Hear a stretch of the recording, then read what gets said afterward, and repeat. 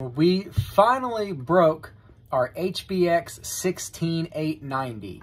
So we figured this was a good time to do a review. We will talk about durability, performance, how well it does tricks in the air, how fast it is, how fast it accelerates, and how easy it is to drive. This little dirt spot is just from where I had the sticky stuff for an onboard FPV camera. We'll show you a few clips of it running. We have put quite a few miles on this by now, so we'll show you what we've learned. This is Max's primary car. We're gonna rank this car in a few different categories, 1 through 5. 5 stars is really good and 1 star is really bad. I do think it's a pretty good looking car. They call it the Destroyer, even though it is the HBX 16890. This is also pretty much the same car as the SG1602. I will also have a link in the description to these vehicles so that you can purchase them if you want to.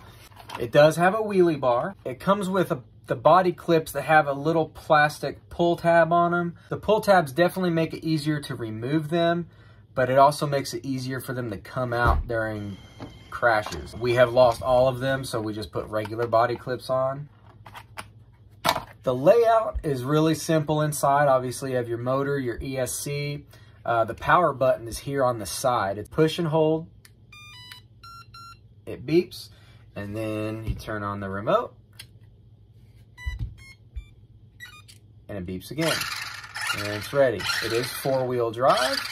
They do make a brushed version. This one is brushless. I'm gonna show you what's broken on this. This is the battery it comes with. It's actually a lithium ion. It's not a LiPo, but it will take a LiPo. It's just a very small battery case. This is really about as big of a battery as it'll take. The 2S LiPo didn't seem to give it that much more power. It's still 7.4 volts, barely bigger than my thumb. It's not a very large motor, but for the size of the car, it does have a pretty good amount of power. Yes, because it's pretty fast. Yeah. And it has a different remote. I've been pretty satisfied with the remote. It has your steering trim, steering rate, and speed. You can turn it down for younger children if you want. And there's the steering servo. It's mounted with 3 screws and a plastic bracket. Everything is plastic on this car. The axles, of course, all the arms, the knuckles. The rear axles are, the axles themselves, the dog bones are metal, but the outdrive cups and the wheel cups are plastic. With that being said, none of those have broken on this before, but they do make metal upgrades. Plus, we do send this off some pretty good jumps sometimes. And performance-wise, acceleration is pretty good. Top speed is not bad. We have not done a speed test on it, but I think it probably is somewhere between 17 and 20 miles per hour. The rear tires, even though it is 4-wheel drive, the rear tires are wearing out quite a bit quicker than the fronts. He does like doing a lot of donuts with it on the concrete, on the dirt. And the other reason the rears are wearing out is because it does do wheelies. This thing will pull a wheelie. So performance as far as driving, pretty happy with. What I don't like is the suspension. The shocks are absolutely terrible on this thing. The shocks seem to absorb pretty much no impact, so it just bounces. It's hard to land.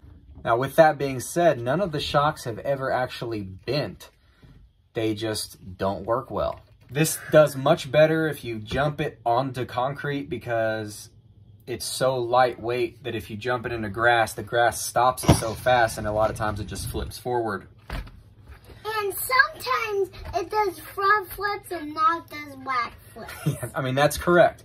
It is really hard to do backflips. I don't think I've gotten this to do a single backflip except for hitting it up against the wall or the back of a ramp. I have, however, gotten it to do a front flip, but it's difficult. Even with the high ramp, I can't get a good front flip out of it. As far as durability goes, it handles these jumps great. Honestly, nothing has physically broken except for the wing and the front of this battery case. This small plastic wall on the battery case is loose. The only problem with that is when you go to tighten the strap, it pulls on that because that's what the strap is attached to. Ever since that plastic battery tray piece broke, the battery does plop out easier after landing or not landing some jumps. Nothing's actually broken on the steering. A small, tiny little screw came out. It's small components, but yes, that piece you see moving up here is supposed to have a screw in it. It's an odd screw. It's not really a standard one, but I am looking for a metal upgrade for that piece. I'm not sure if it's out there. They do have upgraded shocks for these. I've heard that they help, so that will be something that we do in the future. You can see here, it's seen a lot of crashes and a lot of scratches, and this little screw is bent up pretty bad, but nothing else is broken besides that wing and that battery box. Maybe duct tape. I would tell you how easy or hard it is to work on, but like I said, we've really never broken anything on it, but everything is very basic. It should be very easy to work on. It's all Phillips head screws. Suspension performance is a 2, and that's being generous. That's the biggest problem with the car, is the suspension. 100% biggest problem. That little screw that came out is a problem too. I've tightened it up several times, but if you tighten it too much, it binds the steering. You have to keep it a little bit loose. So definitely a bad design, in my opinion. Driving performance would be better if the suspension were better. It's pretty easy to control except for just under hard acceleration. So I think I'm going to give it a 4. Especially because with better shocks, I do think it would be easier to control as far as taking off and landing jumps. So I'm gonna give it a 4 on the driving performance. My overall conclusion is that it's a fun car to drive. It's a really good one to learn on, especially for kids, because if you accidentally run it into somebody, it doesn't really hurt because it is very lightweight. I'll do a quick size comparison for you.